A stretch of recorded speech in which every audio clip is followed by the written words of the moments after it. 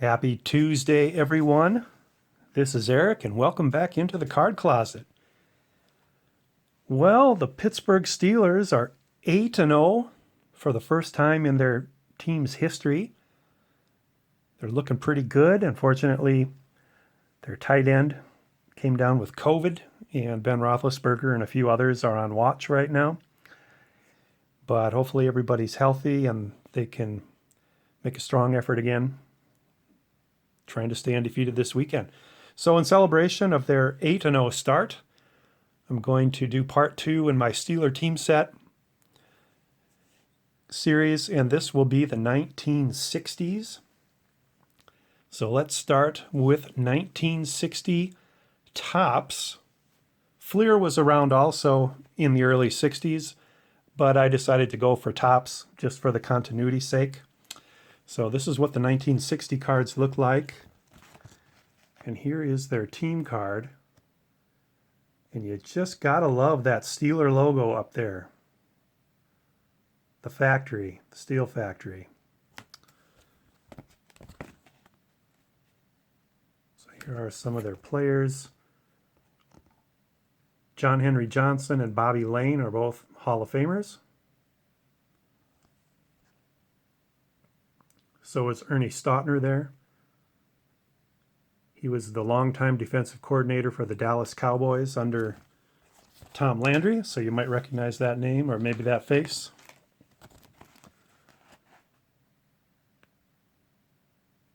So that's 1960.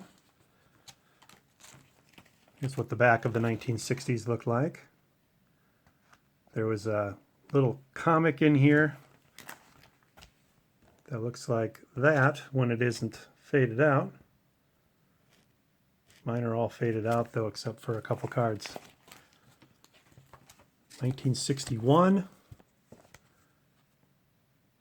Here's that team card from 1961. John Henry Johnson again. Bobby Lane.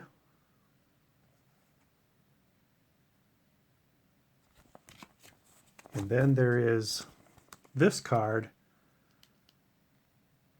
highlight card commemorating Bobby Lane becoming the all-time passing leader. Let's see if we can get some details on that. 23,877 yards passing. All-time passing leader, surpassed Sammy Baugh's previous record of 22,085. So Bobby Lane, of course, made his biggest years with the Detroit Lions, but he did finish 3-4 seasons at the end with the Steelers. You know, where does 23,000 yards place him now? Oh man, probably not even in the top 100. A lot of guys get 23,000 yards in 4, 5, 6 seasons. Okay, 1962 Topps again. Here's the team card.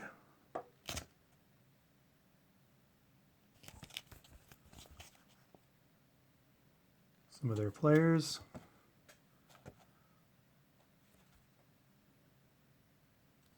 You'll notice that some of the cards are in blue uniforms, so it made me think maybe they practiced in blue. But I do like how Topps in 62 put the inset of an action shot of that player next to the profile. And actually, I just noticed this, that if you take that 1961 passing record and it's the same picture on his 62 card there in the inset for Bobby Lane. Forgot to show you the back of 1961s look like this. And the back of 1962s look like this. Look at this trivia question. Who has caught the most passes in the NFL? Don Hudson, 489. People do that in 5 years now. And the last couple from the 62 set. Good old Ernie Stautner again.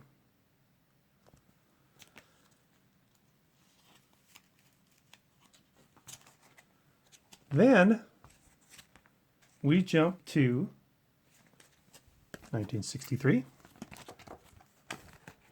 Team card, it's a little off center.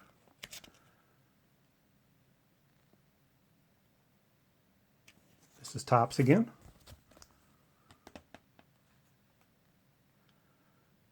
Tom Bettis. I don't believe he's related to Jerome, but I don't know that for sure. John Henry Johnson again. Michaels. Looks like the quarterback is Ed Brown now, replacing Bobby Lane. Here's what the backs of these look like.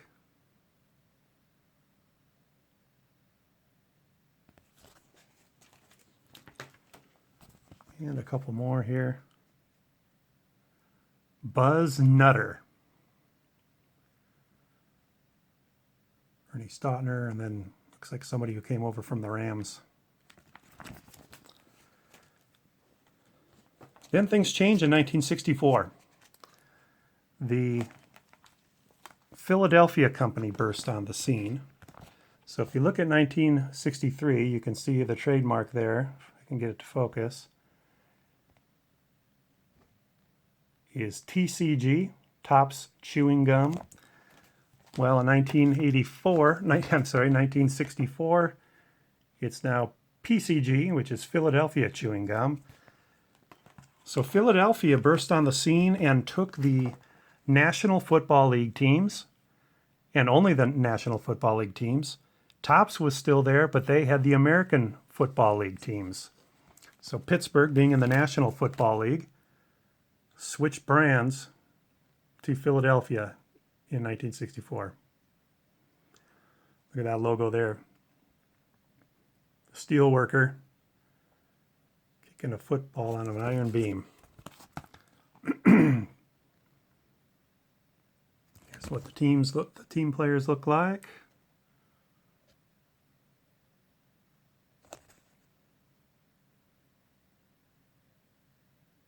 There's Buzz Nutter again.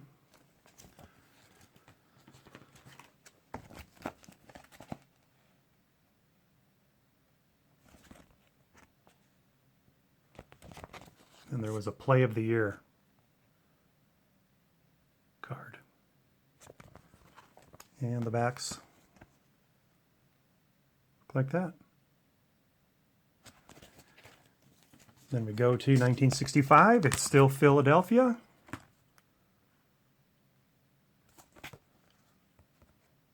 Steelers didn't have a lot of name players in the mid to late 60s, as you can see. I mean, other than Hall of Famer John Henry Johnson.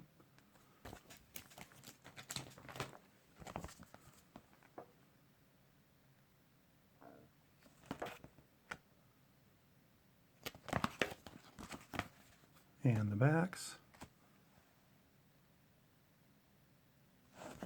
These Philadelphia cards are not expensive at all. Dirt cheap, actually. So if you're a team set collector and your team was in the National Football League in the mid to late 60s, you could pick up your team set pretty reasonably. I think we're up to 1966 here.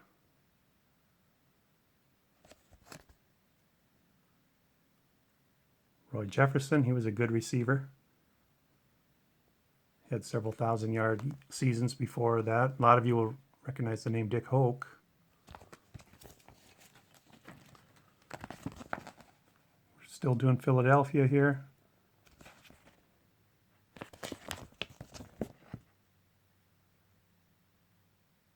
Look at those uniforms that the Steelers wore in the 1960s. Pretty cool. Here's the backs of those. Moving on to 1967. It's Philadelphia again. Keeping that agreement they had with Topps and doing National Football League only.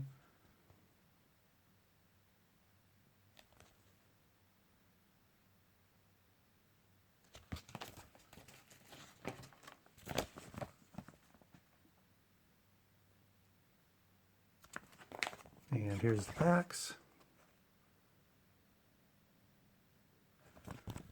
Then 1968, Philadelphia is gone. Topps is all alone to do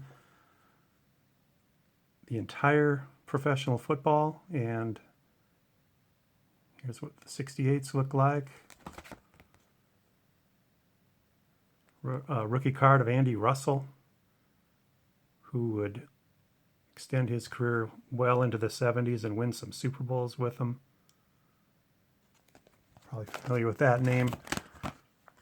Here's what 1968 looked like. And then finally, 1969. Topps.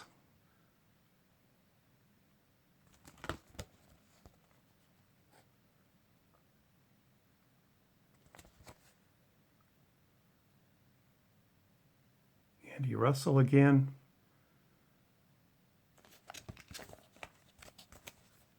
Here's the backs.